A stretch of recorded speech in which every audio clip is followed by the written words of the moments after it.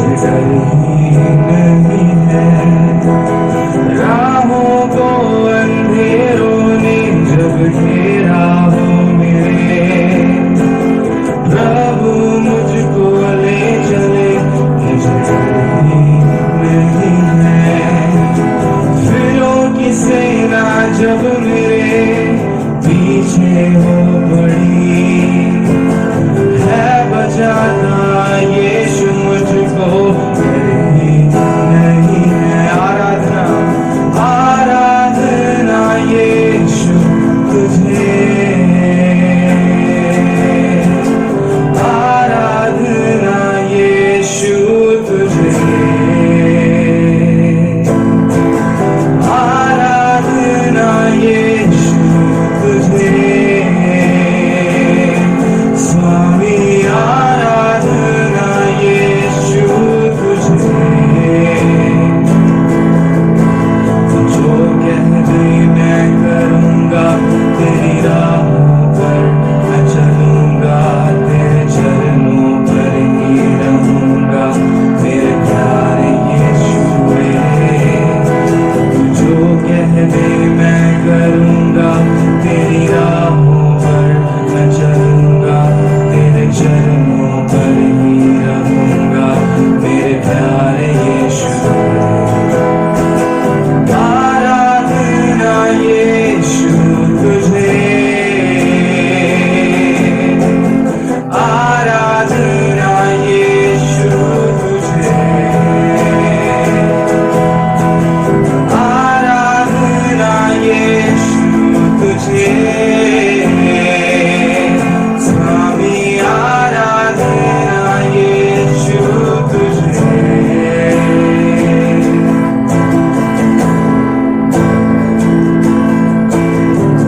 अद्भुत तेरे पैर जो लहरों पर चले, आगे चलते हैं मेरे, मुझे चिंता नहीं है। सचमुच हमारा परमेश्वर अद्भुत है। हालेलुया। अद्भुत तेरे पैर जो लहरों पर चले, आगे चलते हैं मेरे, मुझे चिंता नहीं है। डांटता आंधियों को जिन वचनों से प्रभु, साथी मेरे हैं वही, मुझे चिंता नहीं है। अद्भुत तेरे पैर जो लहरों पर चले, आगे चलते हैं मेरे, मुझे चिंता नहीं है। आंधियों को जिन वचनों से प्रभु, साथी मेरे हैं वही, मुझे चिंता नहीं है। आराधना आराधना यीशु तुझे, हम गाए आराधना यीशु तुझे, आराधना यीशु तुझे, आराधना यीशु तुझे। जो कह दे मैं करूँगा, तेरी राहों पर मैं चलूँगा, तेरे चरणों पे ही रहूँगा, मेरे प्यारे यीशुए। आराधना यीशु तुझे, आराधना यीशु तुझे।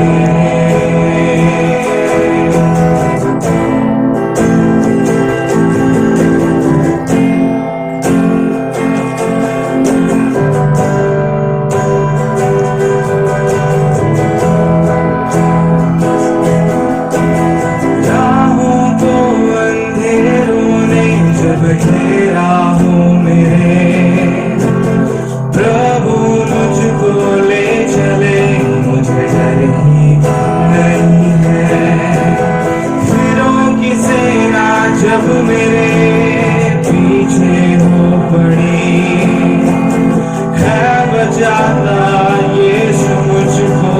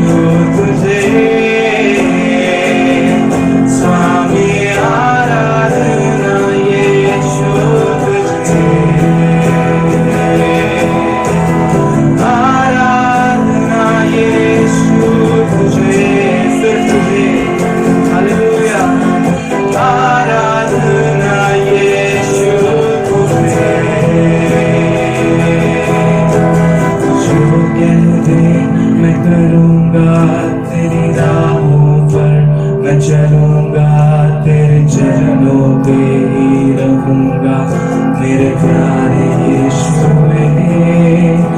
तू जो कह दे मैं करूंगा तेरी राहों पर मैं चलूंगा तेरे चरणों पे ही रहूंगा मेरे प्यारे यीशु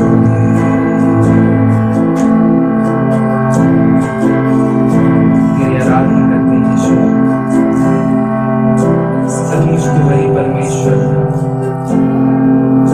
जिसने इस्राएलियों को अपने चमत्कार दिखाए जिसने चेलों के लिए अपने आप को दिखाया जिसने चेलों को अपना मार्ग दिखाया तू अभी भी हम पर प्रकट होता परमेश्वर हम ये जानते हैं सचमुच प्रभु जी हम तुझे जब ढूंढते तो हमें मिलता है चाहे हम आंधियों के बीच में हो चाहे हमारे पीछे शैतान तू सब हटाकर तू हमारे पीछे घूमकर तू हमारे पास आ जाता है परमेश्वर तू 99 भेड़ों को छोड़कर उस एक भेड़ को ढूंढने जाता है जो खोया हुआ है।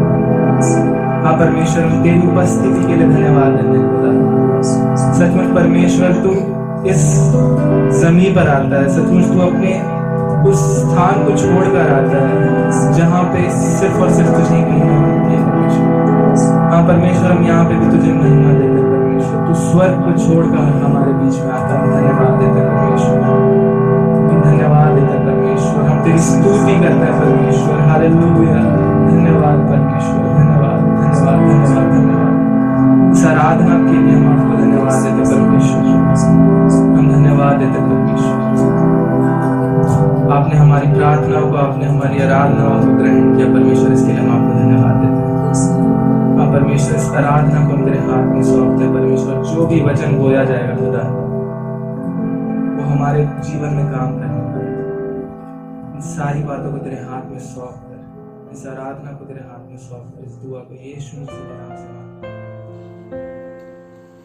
जो वचन जिनके पास बाइबल नहीं है मैं पढ़ रही हूँ आप ध्यान से सुनिएगा प्रकाशित वाक्य 16 अध्याय उसका 15 पद लिखा है देख मैं चोर के समान आता हूँ धन्य वह है जो जागता रहता है और अपने वस्त्र की चौकसी करता है कि नंगा ना फिरे और लोग उसका नंगापन ना देखे हालेलुया आइए हम इस वचन के लिए प्रार्थना करेंगे स्वामी हम आपका धन्यवाद देते हैं प्रभु आप जीवित खुदावंत हैं आप अद्भुत परमेश्वर हैं हम आपके चरणों तले आते हैं इस वक्त प्रभु मैं नहीं बोलूं लेकिन तू मुझ में से हो करके मुझसे भी और यहाँ बैठे हर एक लोगों से जो देख रहे हैं प्रभु बातचीत कर और हमें बदल अपने वचन से हमें तोड़ मोड़ करके हमें ऐसा बना जैसा तू चाहता है प्रभु हे पिता परमेश्वर जितने लोग सुन रहे हैं प्रभु हर एक के कानों में ये वचन जाने पाए और उनके हृदय में ये वचन बसने पाए प्रभु पिता परमेश्वर धन्यवाद देते हैं ये छोटी दुआ मांगते हैं दया से सुनिए और ग्रहण कीजिए आमीन। यहाँ पे मेरे प्रियो यहाँ पे ये वचन फिर से मैं एक बार पढ़ूंगी देख मैं चोर के समान आता हूँ धन्य वह है जो जागता रहता है और अपने वस्त्र की चौकसी करता है कि नंगा ना फिरे और लोग उसका नंगापन ना देखे। ये पूरे बाइबल में सबसे आखिरी पुस्तक है प्रकाशित वाक्य जिसको हम लोग सब जानते हैं बचपन से जानते हैं कि ये सबसे आखिरी पुस्तक है। जो सबसे आखिरी चीज होती है कोई भी बातों में वो बहुत महत्वपूर्ण होती है चाहे आप कुछ का भी एग्जाम्पल क्यों ना ले ले जो आखिरी शब्द होते हैं यदि कोई व्यक्ति मरता है और जो वो आखिरी में कहता है सांस छोड़ने से पहले वो बहुत वैल्यू रखता है। यदि हम कुछ भाषण भी देते हैं तो आखिरी में हम उसका निष्कर्ष बताते हैं एक कंक्लूजन बताते हैं कि हमने भाषण में क्या बोला। यदि हम प्रचार भी करते हैं तो हम आखिरी में उसको पूरा समेट के आखिरी में हम बतलाते हैं कि मैंने क्या बोला। उसी रीति से ये जो वचन है बहुत इम्पोर्टेंट वचन है जो पूरे बाइबल को निचोड़ करके एक ही बात कह रही है। ये पूरी बाइबल में जो भी बात लिखा है एक ही बात के लिए हम लोगों को तैयार कर रही है, और वो ये कि हम परमेश्वर में मजबूत हो जाएं। ये जो लिखा है, देखो मैं चोर के समान आता हूँ। ये पूरे बाइबल में जो भी शिक्षा हमें मिलती है, क्यों मिलती है? कि हम तैयार हो जाएं। क्यों मिलती है? कि हम तैयार हो जाएं। पिछले दिनों में हमने बहुत लोगों से वचन सुना, और जब पास्टर पवन ने वचन प्रचार किया तो उन्होंने 10 कुंवारियों के बारे में जिक्र किया था, जहाँ पे जो तैयार थी वो प्रभु के साथ गई, और जो तैयार नहीं थी वो छूट गई। ये वचन जो यहाँ पे है, लिखा है, देख मैं चोर के समान आता हूँ। मैं इसको 4 भाग में ये वचन को मैं बांटना चाहूंगी। पहला भाग, देख मैं चोर के समान आता हूँ। दूसरा भाग, धन्य वह है जो जागता रहता है। तीसरा भाग, अपने वस्त्र की चौकसी करता है कि नंगा ना फिरे। और चौथा भाग, और लोग उसका नंगापन ना देखे। हालेलुया। सबसे पहला भाग में हम आएंगे। यहाँ पे लिखा है, क्या लिखा है? देख मैं चोर के समान आता हूँ। चोर के समान, हमें पता ही नहीं चलता है कि चोर कब आएगा। क्या हमें पता रहता है कि आज रात चोर आने वाला है? नहीं पता रहता है। परमेश्वर इस चोर का उदाहरण लेकर के, एक एग्जाम्पल लेकर के ये बतलाना चाहते हैं कि मेरा आना कोई नहीं बतला सकता है कि मैं कब आऊंगा। चोर तभी आता है जब हम तैयार नहीं रहते हैं, या हमें बहुत भारी नींद होती है। वो ट्रिक जानता है। परमेश्वर यहाँ पे ये एग्जाम्पल देके ये बतलाना चाहते हैं क्या, कि मेरा आगमन जो होगा, दूसरा आगमन होगा, उसके बारे कोई भी नहीं, किसी को भनक नहीं होगा, कोई सोच भी नहीं सकेगा कि मैं आ जाऊंगा। परमेश्वर ये कहते हैं। और हर एक दिन हम लोग को क्या करना है? तैयार रहना है। क्या पता परमेश्वर कब आ जाए। मैं सोच रही थी, जब मैं छोटी थी तो जब मैं घर के कार्य को सीख रही थी करना, तब क्या होता था कि जब पापा मेरे बतलाते थे कि कोई गेस्ट आ रहे हैं, तो कोई गेस्ट आ रहे हैं मतलब घर साफ करना है, सोफा सजाना है, बेडशीट्स चेंज करना है, सब चीज रेडी करना है। जब कोई आता है तो हम उसकी पूरी तैयारी करते हैं। हम घर को बहुत सुंदर बनाते हैं। हम उस गेस्ट के लिए हम ऐसा माहौल बनाते हैं घर का कि जब वो गेस्ट आए तो हम वो गेस्ट हमारे घर में आके खुश हो, प्रसन्न हो। हम उनके लिए सब कुछ करते, सारी तैयारी करते, खाना बनाते, सब कुछ करते, सलाद काटते हैं, रायता बनाते हैं, जो भी हमें लगता है कि गेस्ट को खिलाना चाहिए वो करते हैं। अच्छे हम पर्दा लगाते हैं, पूरी तैयारी करते हैं। तो मैं भी वैसे ही करती थी, पूरी तैयारी करती थी जब कोई गेस्ट आते थे। तो एक दिन ऐसा हुआ कि मैं स्कूल से जब आई तो पापा ने कहा कि अभी 5 मिनट में एक गेस्ट आने वाले हैं जो 2 दिन के लिए हमारे यहाँ हैं। बहुत अस्त व्यस्त। मुझे याद है मैं उस 5 मिनट में बहुत कोशिश की घर ठीक करने का, बहुत कोशिश की, फिर भी वैसा ठीक नहीं कर पाई और वो गेस्ट आ गए। मेरे प्रियो, मैं यहाँ एक एग्जाम्पल दे रही हूँ, मैं बतलाना चाहती हूँ। जब वो गेस्ट आ गए तो बहुत लज्जित फील हुआ मुझे अच्छा नहीं लगा। मुझे लगा कि घर पूरा अस्त व्यस्त है, चारों तरफ सामान बिखरा हुआ है और गेस्ट आ गए। गेस्ट को भी अच्छा नहीं लगेगा, कंफर्टेबल नहीं लगेगा। तो हम लोग क्या करते हैं? तैयारी करते हैं। हमारा परमेश्वर भी हमें लेने के लिए आ रहा है। यहाँ लिखा है, मैं चोर के समान आता हूँ। आता हूँ मतलब ये क्या है? ये लगातार रूप से कंटिन्यूअस है। आता हूँ मतलब हमें पता नहीं है कि वो कब आएंगे। वो परमेश्वर बोल रहे आता हूँ मैं। अधिकतर बंगाली लोग में ये बात हम देखते हैं, क्या देखते हैं कि जब वो घर से बाहर जाते हैं तो कभी वो लोग नहीं बोलते हैं कि मैं जा रहा हूँ। वो लोग हमेशा एक बात बोलते हैं, आता हूँ, आ रहे हैं। वो लोग अशुभ मानते हैं जाता हूँ को बोलने। वो लोग एक आश्वासन देते हैं कि मैं आऊंगा जरूर। परमेश्वर, हमारे परमेश्वर जो है वो कहते हैं कि मैं चोर के समान आता हूँ। एक बात का हमें श्योरिटी परमेश्वर ने दिया है, क्या? कि परमेश्वर जरूर आएंगे, परमेश्वर आएंगे ही। लेकिन एक बात हमें पता नहीं है, वो ये कि परमेश्वर चोर के समान आएंगे बिना बतलाए। हम हो सके हमें पता ही नहीं हो, हम अपने लाइफ में बिजी हो, लेकिन परमेश्वर जरूर आएंगे। हालेलुया। प्रकाशित वाक्य 3:3 में यदि आप देखिए तो वहां लिखा है, मैं पढ़ रही हूँ, लिखा है,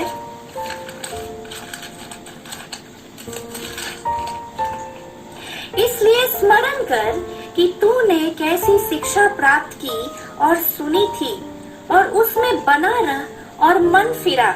यदि तू जागृत ना रहेगा तो मैं चोर के समान आ जाऊंगा और तू कदापि ना जान सकेगा कि मैं किस घड़ी तुझ पर आ पड़ूंगा। मेरे प्रियो, चारों ओर जब हम देखते हैं हमें सुनाई देता है कि भूंडोल हो रहे हैं, लड़ाइयां हो रही है। प्रकाशित पूरे वचन में बहुत जगह हमें बहुत सारा ऐसा एश्योरेंस मिलता है, बहुत जगह हमें ये मालूम चलता है कि परमेश्वर का अंत का समय जैसा बतलाया गया है बाइबल में, वैसे ही समय अब आ रहा है। तैयार हो जाए, तैयार हो जाए, क्योंकि परमेश्वर, यहाँ हम लोग पढ़े, यहाँ लिखा है कि तू कदापि ना जान सकेगा कि मैं किस घड़ी तुझ पर किस घड़ी तुझ तक आ पड़ूंगा, किस घड़ी तुझे लेने आऊंगा। तू कदाचित ये ना जान सकेगा। जब ये सोचते हो, ये बहुत सिंपल सा बात लगता है क्योंकि बचपन से हम लोग सुनते आए हैं, लेकिन जब आप इसे गहराई से सोचें तो एक डर लगता है, भय लगता है कि हम क्रिश्चियन हैं और यदि परमेश्वर आए और हम तैयार नहीं हैं और अगर हम छूट जाए तो क्या हम अपना चेहरा बाकी दुनिया के लोग को दिखा पाएंगे? दुनिया के लोग का तो बात छोड़िए, अपने आप में क्या हमें इस बात का हमें सुकून मिलेगा? क्या हम अपने आप को प्रसन्न रख पाएंगे कि हम छूट गए? हम दुखी में रहेंगे, हम दुख में रहेंगे। इसका दूसरा भाग जो हम लोग देख रहे हैं, प्रकाशित वाक्य 16:15 का दूसरा भाग, वहाँ लिखा है, धन्य वह है जो जागता रहता है। हालेलुया। चोर अधिकतर रात में जब हम सोते हैं तब आता है, लेकिन यहाँ पे लिखा है, धन्य वह है जो जागता रहता है। जागता रहता है का कहने का मतलब क्या है? हम लोग प्रकाशित वाक्य 3:3 में भी देखे, जागते रहो। जो जागते हैं वो धन्य है। जागते रहना मतलब है अलर्ट रहना, अटेंटिवनेस रहना, हमेशा परमेश्वर के वचन से अपने आत्मिक जीवन को आगे करना, वो होता है जागता रहना। हमेशा जागते रहना मतलब हमेशा हमें हर बात को देखना, क्या सही है क्या गलत, और जो सही है वही करना। इसका मतलब होता है जागते रहना। जागते रहना का मतलब ये होता है कि जब हम कुछ ऐसे परिस्थिति में पड़ जाएं जहां हमें, जो परिस्थिति हमें परमेश्वर से दूर ले जा रही हो, उस समय यदि हम रुक जाएं, ठहर जाएं और परमेश्वर के हाथों को थाम ले, परमेश्वर के वचन को पकड़ ले, परमेश्वर के वचन के अनुसार चले, उसको कहते हैं जागते रहना। आज संसार हमें आकर्षित करती है मेरे प्रियो। आज लोग तरह तरह की चीजें कर रहे हैं, लेकिन हमें सचेत रहना है, जागते रहना है कि क्या वचन के अनुसार वो है, क्या परमेश्वर का वचन कहता है कि ये करना है। इसलिए यहाँ पे कहता है, परमेश्वर का वचन कहता है कि हमें जागते रहना है। हो सकता है अनजाने में हम कुछ गलती कर बैठे, वो बात अलग है। लेकिन यदि हम जान रहे हैं, बचपन से यदि हम सुने हैं कि ये नहीं करना है, यदि हम बचपन से सुने हैं कि हमें शराब नहीं पीना है, यदि हम बचपन से सुने हैं परमेश्वर, यदि हमने सुना है कि हमें झूठ नहीं बोलना है, तो नहीं बोलना है। जहाँ हम झूठ बोलते हैं मतलब हम संसार में सोए हुए हैं और हम जाग नहीं रहे, क्योंकि परमेश्वर का वचन कहता है जागते रहो, और जागते रहो का तात्पर्य ये है कि हमारा सेंस हमेशा एक्टिव होना चाहिए ये बात को जानने के लिए कि हम क्या कर रहे हैं और क्या नहीं कर रहे। सोने वाला व्यक्ति कभी ये नहीं जान पाएगा कि वो क्या कर रहा है क्या नहीं कर रहा है। नींद में बहुत लोग चलते हैं, यहाँ से वहां पहुंच जाते हैं, लेकिन उन्हें मालूम नहीं रहता कि वो क्या कर रहे हैं। ठीक उसी प्रकार हम जब नहीं सोए रहते हैं, जब हम फुल कॉन्शियस में रहते हैं, तो हमें पता होता है क्या हम कर रहे हैं। आपको अभी पता है कि आप बैठे हैं, आपको पता है कि आप चेयर में बैठे हैं, कुछ लोग बेड में बैठे हैं, आपको पता है, और आपको ये भी पता है कि आप परमेश्वर के वचन को सुन रहे हैं।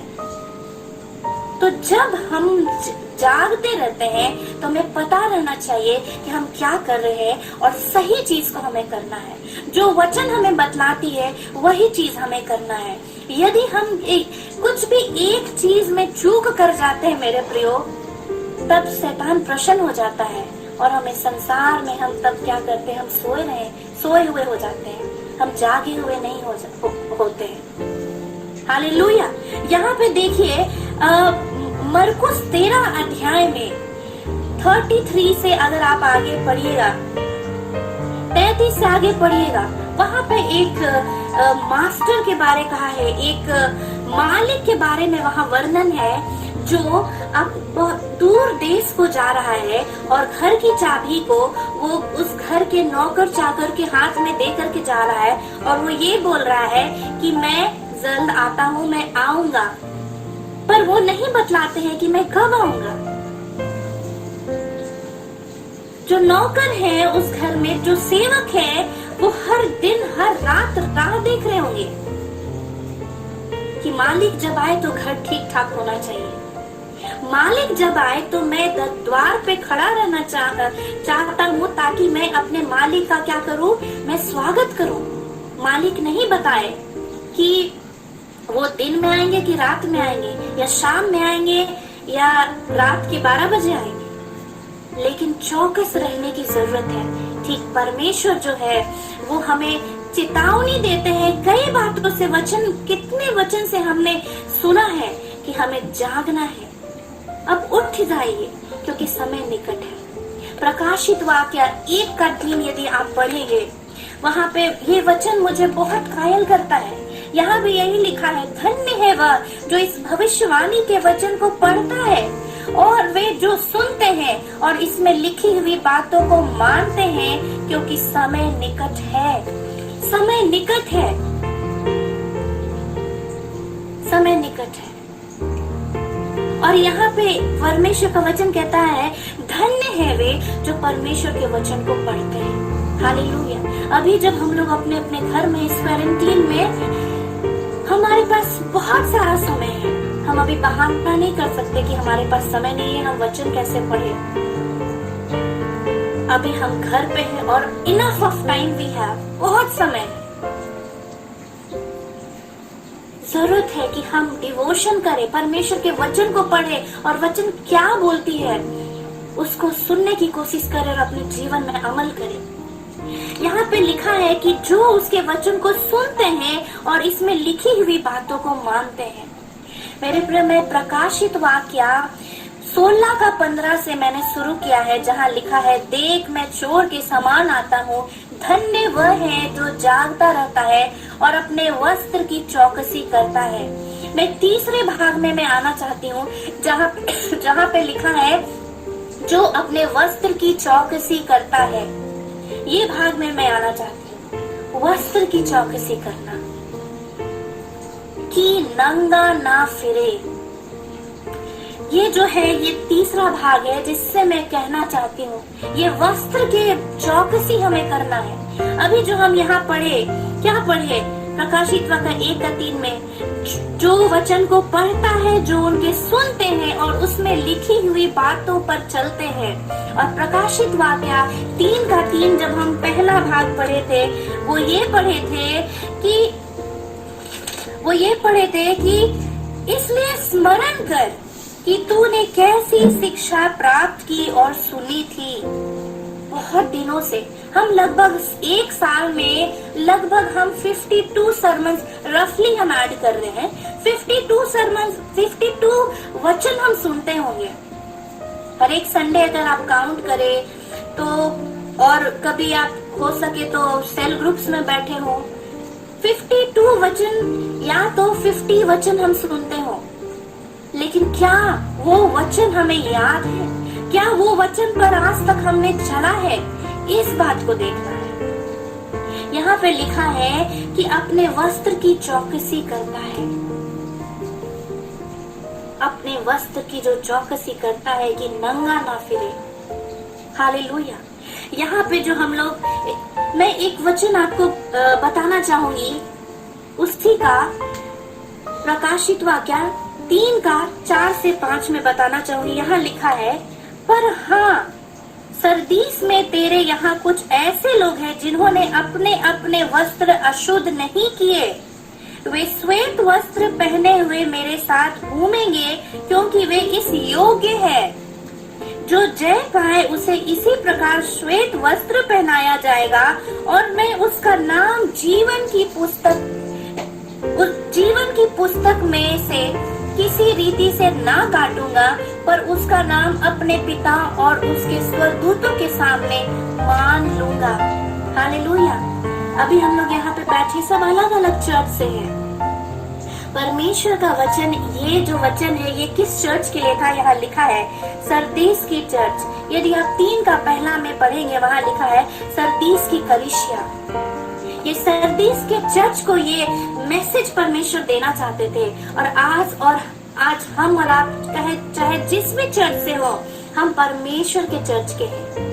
एक साथ हम इकट्ठे हुए हैं, तो आज ये सरदीस की कलीसिया, आज हमारे कलीसिया को, हम और आपको वो रिप्रेजेंट करती है, हम और आपको दर्शाती है। और परमेश्वर ये बोलते हैं, क्या बोलते हैं? इतनी अच्छी बात परमेश्वर ने कहा है। सबको व्हाइट कलर पसंद है, सब कोई पसंद करते हैं, क्योंकि वो पवित्रता का सिंबल है, पवित्रता का चिन्ह है। क्यों शादी में सफेद गाउन या सफेद साड़ी एक दुल्हन पहनती है? इस बात को बताने के लिए कि वो अपने दूल्हा के लिए पवित्र है। ये एक होली कलर, ये पवित्रता को दर्शाता है। ये जो वस्त्र पहन लो, श्वेत वस्त्र की हमें रक्षा करना है, इस बात को दिखाता है कि पाप में जीवन को नजरअंदाज करते हुए हम विश्वास में, परमेश्वर में हम आगे बढ़े। पाप में जीवन को छोड़ते हुए, तिरस्कार करते हुए हम परमेश्वर के वचन में क्या करें? आगे बढ़े। इसका यही मतलब है कि हम अपने वस्त्र की रक्षा करें। सफेद रंग बहुत जल्दी उसमें दाग लगता है। ये इस बात को दिखाता है कि हमारा जो जीवन है, इसमें भी बहुत जल्दी दाग लग जाता है। जो वस्त्र जो हमारे पास है सफेद, वो तुरंत कलंकित हो सकता है, तुरंत उसमें दाग लग सकता है। इसलिए यहाँ प्रकाशित वाक्य में कहता है कि क्या करो कि और अपने वस्त्र की चौकसी करो। हालेलुया। अपने वस्त्र की क्या करो? चौकसी करो। सरदीस की कलीसिया में यहाँ कहा गया है, पर हाँ, सरदीस में तेरे यहाँ कुछ ऐसे लोग हैं जिन्होंने अपने वस्त्र अशुद्ध नहीं किए। परमेश्वर ऐसे लोगों के लिए वहाँ बोल रहे हैं जिनसे वो प्रसन्न है, वो खुश है, जिन्होंने अपने वस्त्र को अशुद्ध नहीं किया है। उनका वस्त्र अभी भी श्वेत है। हालेलुया। और वहाँ लिखा है कि वे श्वेत वस्त्र पहने हुए मेरे साथ घूमेंगे। हालेलुया। वे श्वेत वस्त्र पहने हुए मेरे साथ घूमेंगे, क्योंकि वे इस योग्य है। मेरे प्रियो, जब परमेश्वर का दूसरा आगमन होगा, जब आकाश में तूरी फूकी जाएगी, स्वर्गदूत जब आएंगे, तो हम जब आसमान में जब परमेश्वर के नजर में यदि हम सही में निष्कलंक है तो हम आसमान में उठा लिए जाएंगे। हालेलुया। हम जो भी कपड़ा पहने हो, लेकिन हम एक श्वेत वस्त्र पहने हुए के रूप में हो जाएंगे जिसमें एक भी दाग ना हो। उन्हीं के लिए ये वचन कहा गया है कि वो मेरे साथ घूमेंगे क्योंकि वे इस योग्य है। हालेलुया। क्योंकि वे इस योग्य है। लेकिन उससे पहले क्या सवाल है? सवाल ये है, मैं एक वचन पढ़ूंगी। सवाल ये है, बहुत बड़ा सवाल है। क्या है? दूसरा इतिहास 16:9। यदि आप उसे खोलते हैं तो वहाँ एक बहुत बड़ा सवाल है। दूसरा इतिहास 16:9, जहाँ पे लिखा हुआ है, देख यहोवा की दृष्टि सारी पृथ्वी पर इसलिए फिरती रहती है कि जिनका मन उसकी ओर निष्कपट रहता है, उसकी सहायता में वो अपनी सामर्थ्य दिखाए। मेरे प्रियो, यहाँ पे बहुत ही भयंकर बात लिखा है। क्या? देख यहोवा की दृष्टि सारी पृथ्वी पर इसलिए फिरती रहती है। फिरती रहती है। फिरा हुआ था या फिरेगा ऐसा नहीं कहा है, लेकिन ये कंटिन्यूस प्रोसेस है। लगातार रूप से ये हो रहा है। परमेश्वर की दृष्टि हमें देख रही है। मैं एक एग्जांपल दूंगी। सीसीटीवी कैमरा जब लगा रहता है तो वो 24 घंटा रिकॉर्ड करता है। हम क्या कर रहे हैं, फिजिकल जो भी हम करते हैं, शारीरिक रूप से सारे कार्य को वो सीसीटीवी रिकॉर्ड करता है। परमेश्वर की दृष्टि इस सीसीटीवी से भी काफी पावरफुल है। क्यों? क्योंकि वो हमें तो 24 घंटा रिकॉर्ड कर रही है, लेकिन परमेश्वर की दृष्टि हमारे अंतरात्मा को भी स्कैन करती है। हमारे मन में जो है, हमारे जीवन में जो है, उस बात को निरंतर देखती रहती है। निरंतर देखती रहती है। क्यों देखती है? यहाँ बहुत क्लियरली लिखा है। क्यों देखती है? लिखा है कि जिनका मन उसकी ओर निष्कपट रहता है, उसकी सहायता में वो अपनी सामर्थ दिखाए। परमेश्वर स्वर्ग से इस पृथ्वी पर दृष्टि करके ढूंढता है कि कौन मेरे हिसाब से अपना जीवन यापन कर रहा है, कौन मेरे हिसाब से अपने वस्त्र की रक्षा कर रहा है, कौन मेरे हिसाब से, परमेश्वर कहते कौन मेरे हिसाब से जीवन यापन कर रहा है, आत्मिक जिंदगी में बढ़ोतरी कर रहा है। और परमेश्वर इन्हीं लोगों को लेने आएंगे। इन्हीं लोग परमेश्वर के साथ श्वेत वस्त्र पहन के घूमेंगे। इन्हीं लोगों की नाम जीवन की पुस्तक में लिखी जाएगी। हालेलुया। लेकिन मुझे ऐसा लगता है जब परमेश्वर अभी के समय, जब परमेश्वर स्वर्ग से हमें देखता है तो वो निराश होता है। ठीक उसी प्रकार जब नूह के समय उसने पृथ्वी पर दृष्टि डाली थी, ठीक उसी प्रकार जब परमेश्वर सदोम और अमोरा में दृष्टि डाला था, वो दुखी हुआ। क्यों? क्योंकि लोग अपनी तरह जीवन यापन कर रहे थे, अपने अपने में बिजी थे, अपनी तरह जी रहे थे। लेकिन मेरे प्रियो, जरूरत है कि हम समीप आए परमेश्वर के, जरूरत है कि हम समीप आए, क्योंकि उस नूह के समय में पूरी दुनिया पाप में डूबी हुई थी, लेकिन एक व्यक्ति को परमेश्वर ने उसके ऊपर दृष्टि डाली और उसे परमेश्वर ने निष्कपट पाया, परमेश्वर ने उसे अपने योग्य पाया। यहाँ जैसे प्रकाशित वाक्य 3:4 में हमने देखा कि जो अपने वस्त्र की रखवाली करते हैं वो क्या है, परमेश्वर उनको अपने साथ ले जाएगा, वो उनके साथ घूमेंगे और उनका नाम जीवन की पुस्तक में होगा। Hallelujah, hallelujah, hallelujah. कितना अच्छा बात है, उनका नाम जीवन की पुस्तक में होगा। मेरे प्रिय, यदि हम और आप जो आज परमेश्वर के वचन में चलेंगे, ठीक ठीक चलेंगे, परमेश्वर से प्रेम रखेंगे, अपने गंदे कामों को छोड़ देंगे, तो परमेश्वर की दृष्टि हम पर है, परमेश्वर की दृष्टि हम पर बनी रहती है। अपने आप को निष्कलंक साबित करें और परमेश्वर आपको जीवन की पुस्तक में आपका नाम को डालेगा। हालेलुया। ओ राबा शिखायंदारा वाला, हालेलुया। ओ शिखायंदारा वाला, हालेलुया। कितना सुंदर वचन है यहाँ। परमेश्वर कहते हैं कि मेरी दृष्टि पृथ्वी पर है। मैं ऐसे व्यक्ति को ढूंढ रहा हूँ जो मेरे सामने निष्कलंक ठहरे, जो मेरे सामने निष्कपट ठहरे, जो मेरे सामने में ऐसा ठहरे कि वो मेरे योग्य हो, वो श्वेत वस्त्र पहनने के योग्य हो। Hallelujah, hallelujah.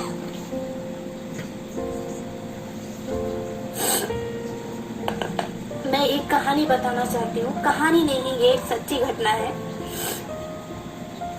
जब मैं मास्टर की पढ़ाई कर रही थी तो उसमें एक मेरा बुक था लिटरेरी क्रिटिसिज्म। उसमें एक लेखक है, वो साइकोलॉजिस्ट है, उनका नाम है सिगमंड फ्रॉइड। वो अपने उनकी उस लेखक की मैं एक सच्ची घटना आपसे बताना चाहती हूँ। सिगमंड फ्रॉइड, यदि आप इंटरनेट में भी ढूंढेंगे तो आपको मिल जाएगा।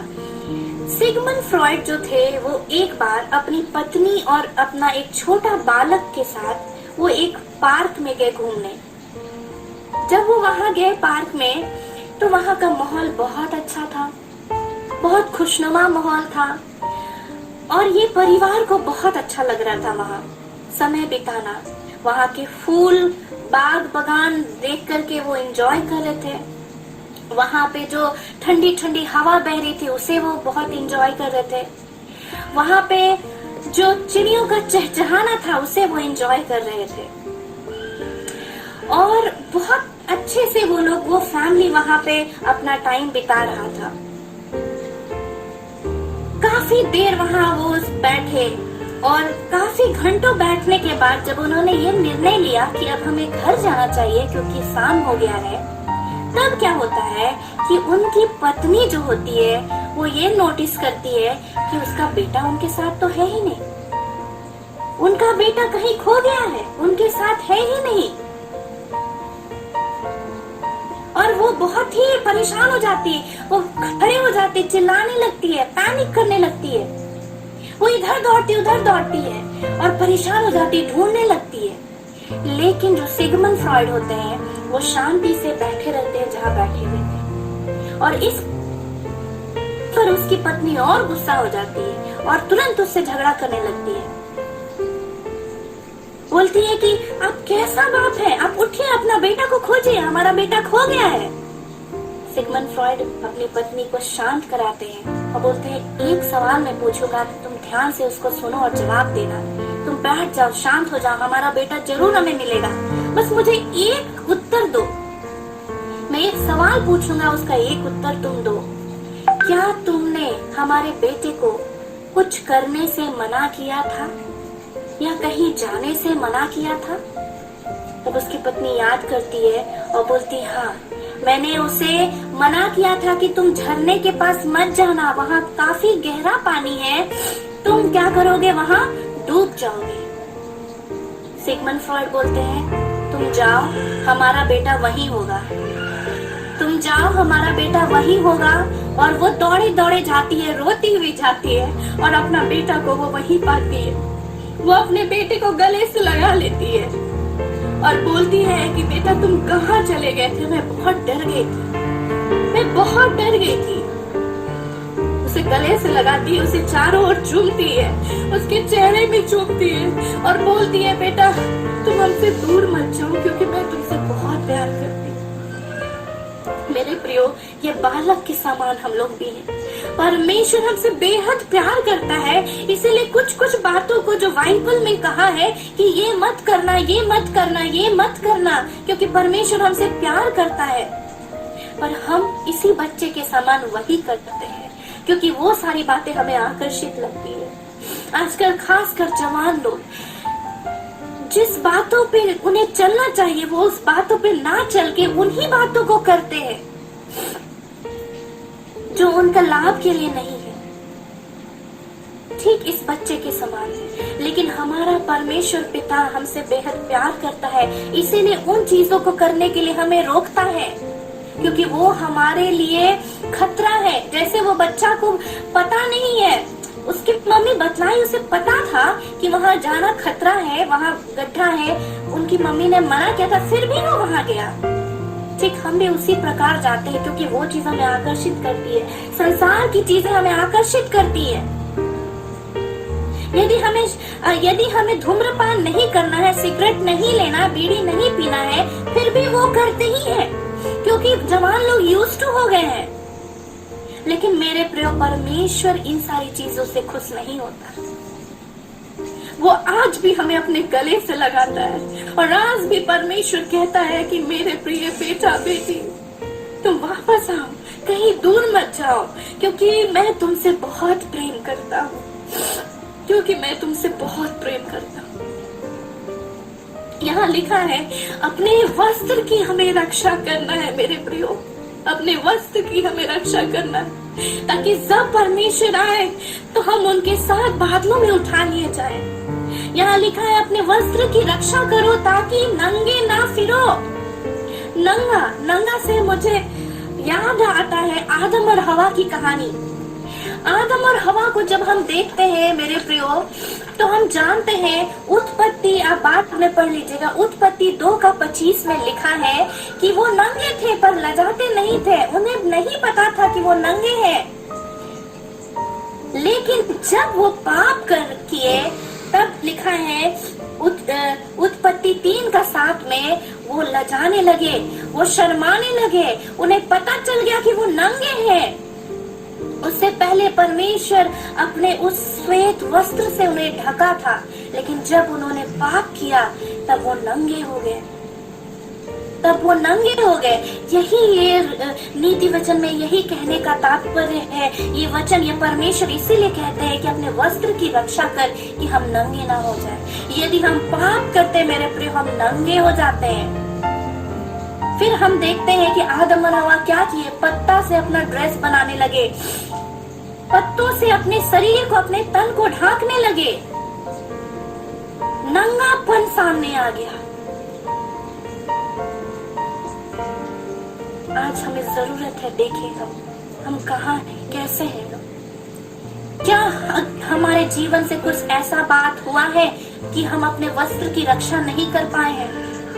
जरूरत है कि अभी आप आ जाएं वापस प्रभु के पास आ जाएं और गिड़गिड़ाएं और प्रभु को कहें, प्रभु मुझे आप श्वेत वस्त्र दीजिए, मेरे वस्त्र को शुद्ध कीजिए। परमेश्वर के वचन में लिखा है, यदि तुम्हारा पाप गहरा लाल रंग का भी क्यों ना हो, लेकिन मैं उसे हीम के समान श्वेत करूंगा। परमेश्वर यहाँ नीति वचन में बोलते हैं, उसे श्वेत वस्त्र में पहनाऊंगा। यदि वो मेरी ओर फिरते हैं, यदि वो मेरे वचन पर चलते हैं, यदि वो उस वस्त्र को अशुद्ध नहीं किए हैं, तो वो परमेश्वर के योग्य है। हालेलुया।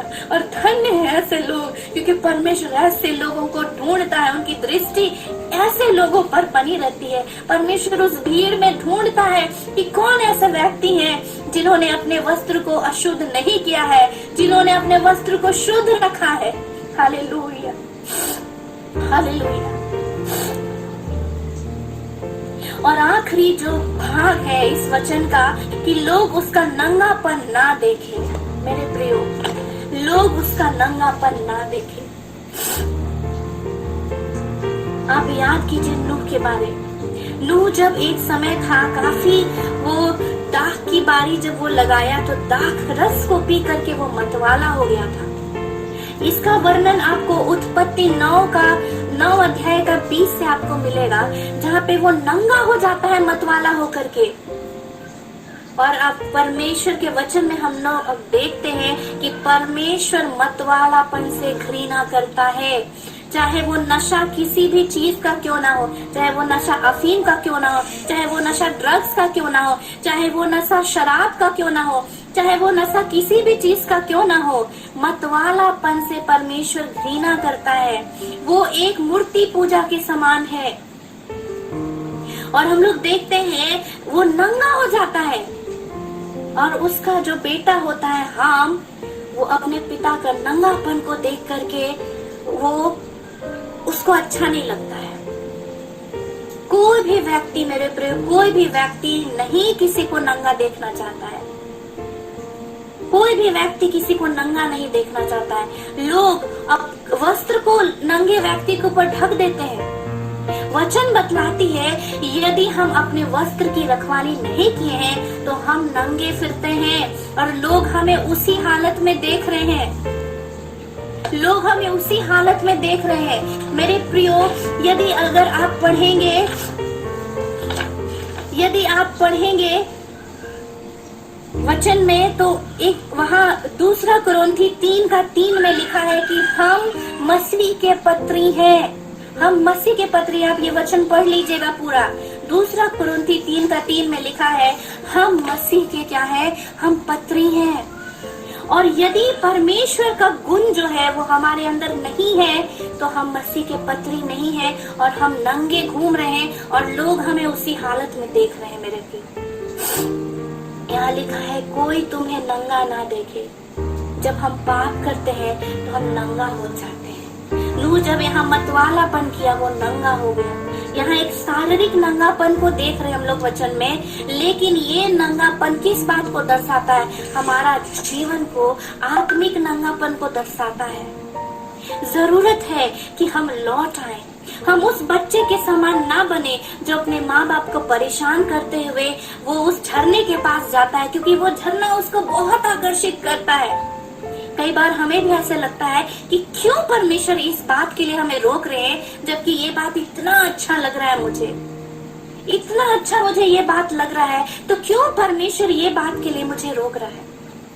मेरे प्रिय, वो हमारी हानि के लिए है और परमेश्वर चाहता है कि हम उस मृत्यु में ना पड़े, उस आग और आग की गंधक उस खाई में हम ना गिरे, उस मृत्यु की खाई में हम ना गिरे।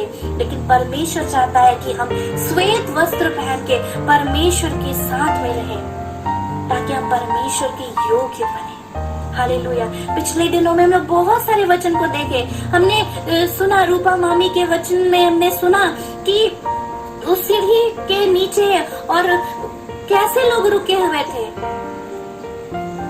और हम लोग चंचल मामी के जो पास्टर चंचल दानियल है दिल्ली से, उनके वचन को भी सुना हमने कि पवित्र बनो। हालेलुया। ये सारा वचन आज हमें एक ही बात का हिदायत देता है कि समय निकट है। जैसा नीति प्रकाशित वाक्य 1:3 में लिखा है कि समय निकट है मेरे प्रियो, समय निकट है। तैयार हो जाए, बी प्रिपेयर्ड, तैयार हो जाए। हालेलुया, तैयार हो जाए। लोग ना देखे, क्योंकि हम जैसे मसीह की पत्री हैं तो परमेश्वर चाहता है कि हम वस्त्र में हो, श्वेत वस्त्र में, लोग हमें उस रीति से देखे, पवित्र देखे, एक अच्छा व्यक्ति देखे, एक अच्छा आचरण देखे हमारे जीवन में। परमेश्वर ये चाहता है। परमेश्वर कभी भी खुश ना होगा जब लोग हमें नंगा देखे, लोग हमें उन बातों में देखे जिन बातों में रहना अच्छा नहीं है। मैं एक कहानी आपको बतला के मैं अंत करूंगी। एक टीचर कुछ बच्चों को लेकर के एक टॉय रूम में वो जाती है, एक खिलौने के एक कमरे में वो जाती है और उसमें से एक बच्चे को बुला करके 3 गुड़िया उसे देती है। वो बच्चा जब वो 3 गुड़िया पकड़ता है तो तीनों गुड़िया जो था वो क्या था, एक ही समान था, एक ही साइज था, एक ही तरह दिखने वाला गुड़िया थी। लेकिन जब वो बच्चा गौर से देखा तो पहले वाली गुड़िया में के दोनों कान में एक एक छेद था और दूसरी गुड़िया में एक कान में छेद था और एक मुंह में छेद था और तीसरी गुड़िया में सिर्फ एक ही छेद था, वो एक कान में था। उसके बाद टीचर ने उन्हें एक निडल दिया, एक सुई दिया और टीचर ने उसे कहा कि तुम इन गुड़ियों के छेद में सुई डालो।